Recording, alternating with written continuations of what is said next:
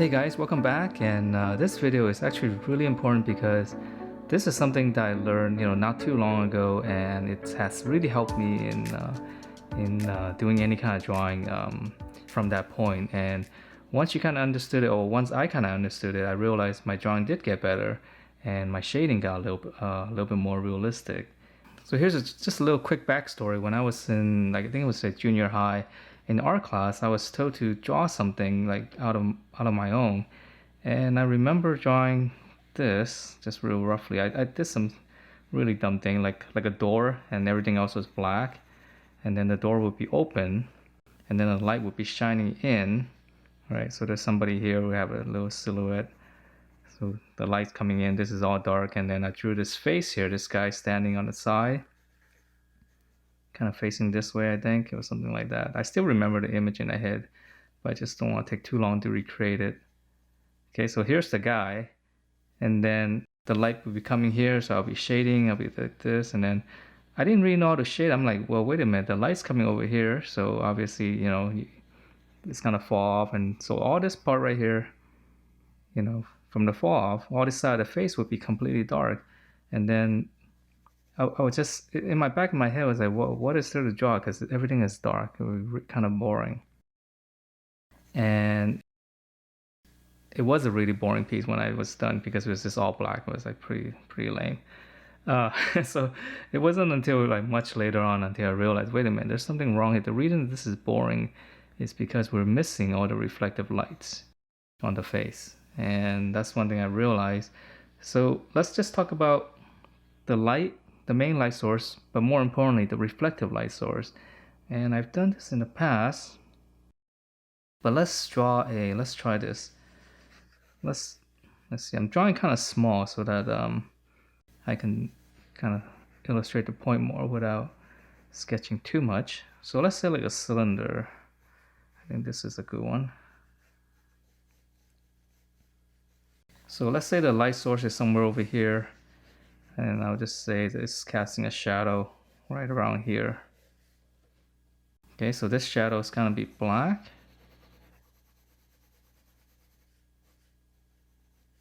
So here is the terminator. So the light is gonna fall off here.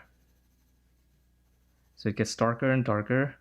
And then right here, we can't make this this part right here. You don't want to make it as dark as this. And the reason is because the light is gonna be bouncing off the reflective lighting from the ground. It's gonna be bouncing back up, and it's gonna be hitting this. Okay, so we're gonna leave it a little bit lighter, and then you can see how much more realistic it becomes, when we do that. Let me shade it a little bit more. Okay, so it's bouncing back up here, and I'll talk about some of the, the more detailed stuff. So let's say the shadow's right here. So right on the edge should be really dark because that's like the little gap right there, right on the floor. So I'm gonna shade this part dark.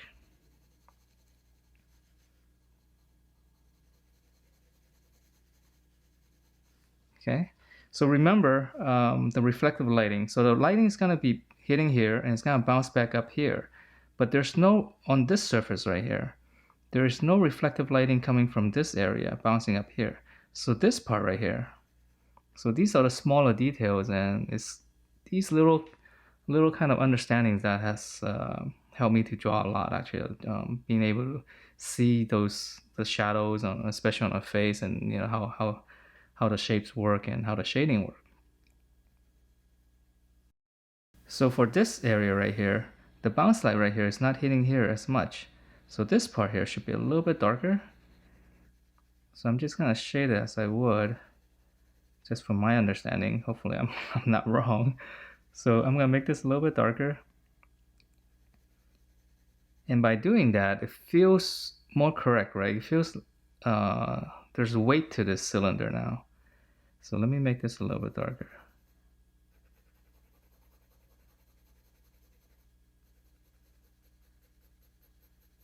This should be a little bit darker too, because the shadow's right here, so the light's gonna fall off here. Okay, So there's no reflective light or less reflective light coming back up here. So this part right here should be a little bit darker. So the top should be a little bit lighter because you're getting more of the reflective light, but it's also slightly further away. Okay. And then for the shadow itself, so we can talk about a shadow as well. The shadow is not completely dark because you have the reflective light hitting this surface, and then on this surface it actually bounces back down here. So in the shadow, right here should be a little bit lighter than here, again, because you're getting less reflective light on this surface. You're getting a little less bounce back into the shadow. So it's like it's bouncing everywhere. You just kind of have to follow the photons, I guess, or whatever you call it, right? The light photons. So this part should be a little bit darker. So it's almost a reflective surface here.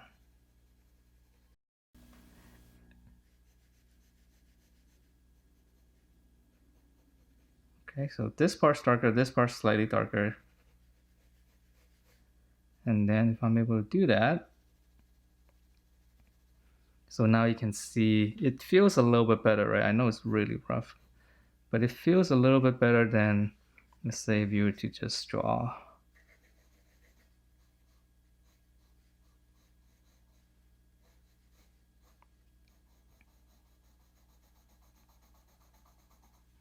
That, and then you just go.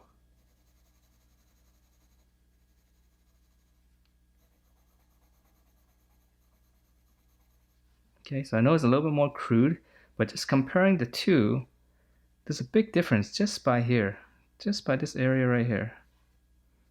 We're gonna make this slightly darker, and then right here as well, just a little bit of bounce. Okay, so very subtle, but I think it makes a big difference. So let's talk about, let's see, some other, well, like a square, cube. I think we talked about that already. Cube is pretty easy. Let's say a cube.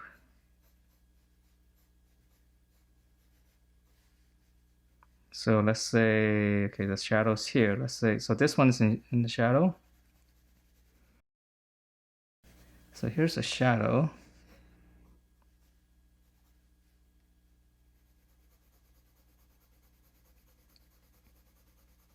Okay, so very roughly, so I'm just making it dark. So again, let's think about how the light, the reflective light will work on this. So here's the shadow, it's gonna be very dark. Okay, so let's talk about this area right here. So this is in the shade, it's not getting any of the light, but it's getting basically the reflective light off the floor, off the ground, and it's pointing back up. So when it comes back up, this part right here will be a little bit lighter. So the darker part will be right around here, right on the shadow area right here on the bottom. Because this area on the floor is dark, there's no light, there's less light bouncing back up here. Okay, so right here. So this part right here should be a little bit darker. Maybe a little bit too dark, but okay, let me shade this a little bit darker overall.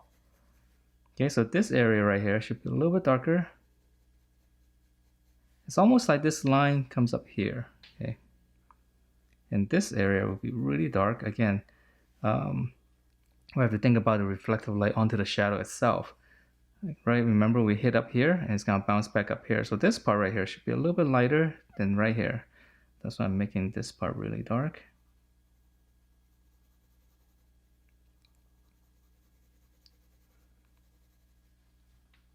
Okay. And then this part would be light. I mean, let's see what happens if I make it even lighter. Might be a little bit too much. Then it would become like more of a glossy surface, I guess. If this part was really light. Okay, but we still want this edge right here. So again, just by adding a little bit dark here, a little bit dark here, just taking into account of the bouncing of the light, feels a little bit better, right? It feels like there's weight to this cube, and that is really important for any kind of drawing is to feel the weight. Alright, so these are just pretty basic shapes, but it kind of applies to everything, right? I mean, any kind of complex shape is basically just a lot of primitives mixed together. So let's say like a breast. We see this all the time on the breast. Okay, so here's the breast. Here's the nipple. I don't know which side it is, but okay, let's just say this is just a round shape like this. Okay, so light's coming from above. Okay, here's a terminator. Okay, so light, this is darker here. As it's falling off, it's gonna cast a shadow down here. So the shadow is always dark here. So let's say the shadow's coming down like this. Well, maybe it doesn't have to be a breast, but just some kind of teardrop shape, I guess. That will work too. Okay, so let's say this is a shadow, very dark. So again, the light's bouncing back up here, so this would be lighter. The breast right here should be a little bit darker as well. Well, unless there's a lot of light bouncing. Sometimes you actually see a pretty sharp line there because it is a round surface. I mean, really sharp highlight there. Well, let's just make this a little bit darker first.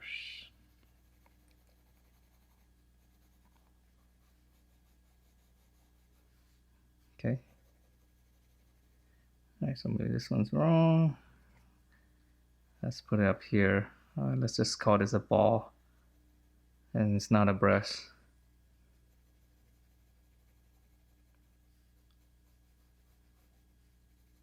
Okay, so as the light fades out, darker, and then you get the reflective light back here.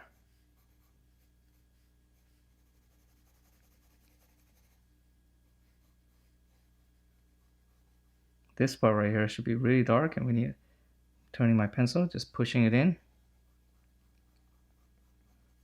This part should be dark, and over here should be slightly lighter because again, light hits this, it's bouncing up here, bouncing down here, I mean. So on the edge right here, I would expect it to be a little bit lighter. I'm sorry if this is off camera.